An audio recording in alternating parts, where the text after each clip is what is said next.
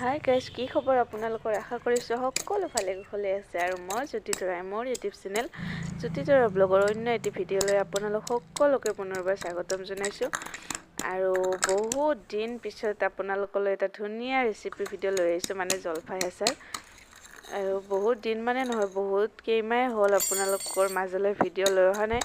আৰু সেইটো আকৌ নেভাবিব যে মই সময় পোৱা নাই বা মোৰ কিবা অসুবিধা, তেনেকুৱা নহয়। আপোনালোকৰ সহায় আৰু সহযোগিতা নোপোৱাৰ বাবেহে ভিডিঅ' দিবলৈ মন নাযায়, কিয়নো ভিউজো নাহে ভিডিঅ'ত, আৰু আপোনালোকে হয়তো ভাল নাপায় বা ছাবস্ক্ৰাইব নকৰে, সেয়েহে মনো নাযায়।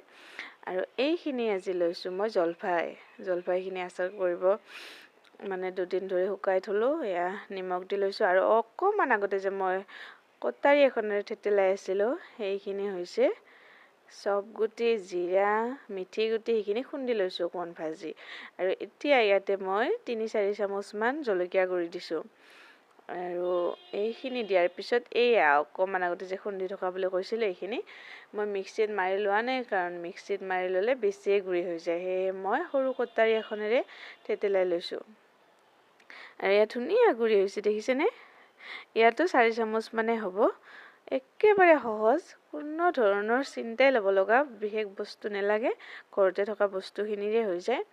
আৰু কেইটামান ঘৰতে খাবলৈ আনি থোৱা জলকীয়া আছিলে, ভোট জলকীয়া, আৰু ভাবিলোঁ ইয়াৰে কেইটামান কাটি দিওঁ, কিয়নো জলকীয়া গুড়িৰ বেছি জ্বলা নহয়, সেইখিনি কালাৰহে ধুনীয়া হয়। আৰু ইয়াত মই এটা বস্তু দিয়া নাই, যে হালধিখিনি, আৰু মই এইকাৰণে হালধি গুড়ি দিয়া নাই, কিয়নো যেতিয়া মই জলফাইখিনি সিজাই লৈছিলোঁ আৰু জলফাইখিনি ৰ'দত দিয়াৰ সময়ত মই হালধি গুড়ি দিছিলোঁ, সেয়ে আৰু এক্সট্ৰা হালধি দিয়া নাই। আৰু এতিয়া ইয়াত মই দি দিম তেলখিনি। আৰু তেলখিনি মই গৰম নকৰাকৈ দিম, কিয়নো গৰম কৰি দিলে আচাৰখিনি খাবলৈ এঠা ভাৱ হয়, সেয়ে কেঁচা মিঠাতেল দিছোঁ। কেঁচা মিঠাতেলখিনি দিয়াৰ পিছত যেতিয়া আপুনি ভাতত এইটো সানি ল'ব, খায়েই কিবা এটা বিৰাট মানে কি ক'ম আৰু, বুজাব নোৱাৰা এটা ভাল লাগে। আৰু এয়া গোটেইখিনি মই ভালদৰে চামুচ এখনেৰে এনেদৰে মিলাই লৈছোঁ। আৰু এইখিনি মই 2-3 ঘণ্টাৰ বাবে ৰ'দত দি থ'ম। তাৰ পিছৰখিনি আপোনালোকক দেখাম মই, কিন্তু ভালদৰে মিক্স কৰি দিব দেই। আৰু ইয়াত যে মই এই ভোট জলকীয়াকেইটা দিছোঁ, ইমান ধুনীয়া এটা গোন্ধ আহি আছে, মানে আচাৰখিনি কাষত আহিলে খাব মন যায়। এইখিনি যিহেতু মই ভালদৰে মিক্স কৰি ল'লোঁ, আৰু এইখিনি মই 2-3 ঘণ্টাৰ বাবে ৰ'দত দি থ'ম। আৰু ৰ'দত দি থোৱাৰ পিছত দেখিব যে কালাৰটো একেবাৰে ধুনীয়া এটা কালাৰ হৈ আছে, আৰু অকণ মজিও যাব।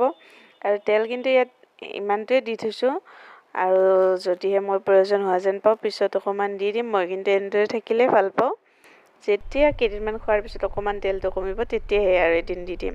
বৰ্তমান এনেদৰে ৰাখি থ'ম। আৰু ইয়াত দেখিলেনে, এইখিনি মই ৰ'দৰ পৰা আনি ল'লোঁ, ইমান ধুনীয়া এটা কালাৰ আহি আছে। বৰ্তমান যিহেতু বহল এটা মানে চৰিয়াত থোৱা আছে, সেয়েহে তেল কিমানটো আছে গম নাপায়। যেতিয়া এনেদৰে বৈয়ামত ভৰোৱা হয়, তেলটো একেবাৰে তলত পৰে। আৰু মই কিন্তু এয়া জলফাই টুকুৰা বা যিকোনো আচাৰত কৰি ইয়াৰ অকণমান তেল আৰু জ্বলা লৈহে খাই ভাল পাওঁ ভাতৰ লগত। আৰু একেবাৰে জিভাৰ পানী পৰি গৈছে, ইমান ধুনীয়া হৈছে। আৰু এইখিনি এটা বৈয়ামত নধৰিলে আৰু এটা বৈয়ামত ভৰাই ল'ব লাগিব, একেলগে ভৰাই থৈ দিম। আৰু আমাৰ ঘৰত আচাৰ খোৱাৰ ইমান বেছি উৎপাত, এইখিনি আচাৰ যে এমাহ যাব সেয়াও মানে নাই। আৰু দেখিবলৈ ইমান ধুনীয়া, ইয়াত 2টা বৈয়াম পূৰা বজাই হৈ গ'ল। দেখিছেনে, ইমান ধুনীয়া হৈছে, একেবাৰে যেন ৰাসৰ কিনা আচাৰবিলাকৰ কালাৰ ছেম হৈছে। জলকীয়া গুড়ি দিয়াৰ বাবে এনেকুৱা হৈছে। তেতিয়াহ'লে আহিছোঁ আজিলৈ, বাই বাই। কেনেকুৱা পালে ভিডিঅ'টো কমেণ্ট কৰিব।